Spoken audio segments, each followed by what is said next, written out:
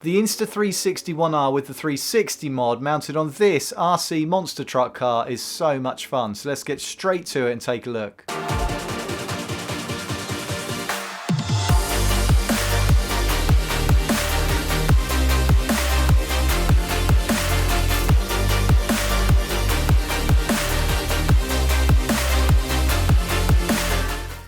A quick shout out to Light in the Box for sending me this monster truck RC car. I haven't used a remote control car for more than 30 years, and to say I like it is an understatement. I absolutely love it. I've had so much fun with this. I mainly wanted to put a 360 camera on this car to get shots of the car itself, but I also thought I'd look at how good it was as a camera tracking vehicle and get some shots of somebody walking. In the end, I went with a GoPro adhesive mount on the roof of the car, and that way I could get POV shots in any direction as well as an overhead shot of the RC car itself. And if you have a 360 camera like the GoPro Max, you can use that and mount it in the same position and use it with the lens guards that come with the camera. I knew it would be fun taking this car out because I wouldn't just be aiming to go at top speed. I wanted to tear around the forest over bumpy ground and make the most of the four-wheel drive capability. And when I say tearing around the forest, no damage was done to the forest floor. These wheels are only 6 centimeters in diameter. Just so you can get an idea of the size of this car, it's 1/18 scale and it's 26 centimeters long by 20 centimeters wide by 12 centimeters high.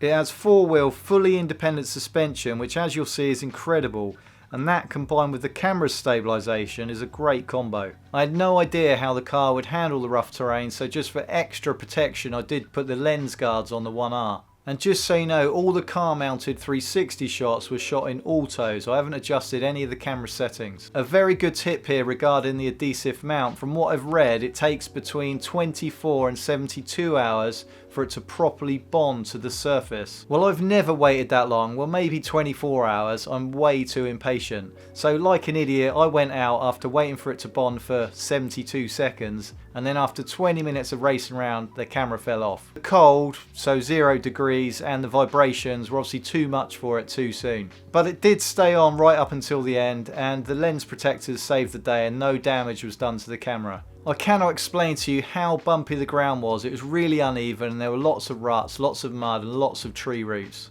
If you focus on just the car itself, then you can see how much the car is moving around, and then you look at the horizon and everything around the car and it's solid. And if I turn the flow state stabilisation off, then you can really see how good it is. As a camera tracking vehicle, I'd like to do more tests on different terrains with different types of shots, but I think the stuff that I did do here worked really well. The luxury of a 360 camera for these tracking shots is great because you can overtake the person you're tracking and then you just reframe so the camera keeps them in shot, and it's just a nice transition. The lens protectors did affect the quality of the image at times, but I wouldn't do shots like this without lens protectors. It's just way too risky. I got a good 20 to 30 minutes out of this car battery, and considering how fast it was and the terrain that it had to deal with, I thought that was pretty good. The speed of this car is what made it so much fun because it gave it the ability to power up hills, do little spins and do little tricks, jumping over little bits of bark and over the bumpy ground.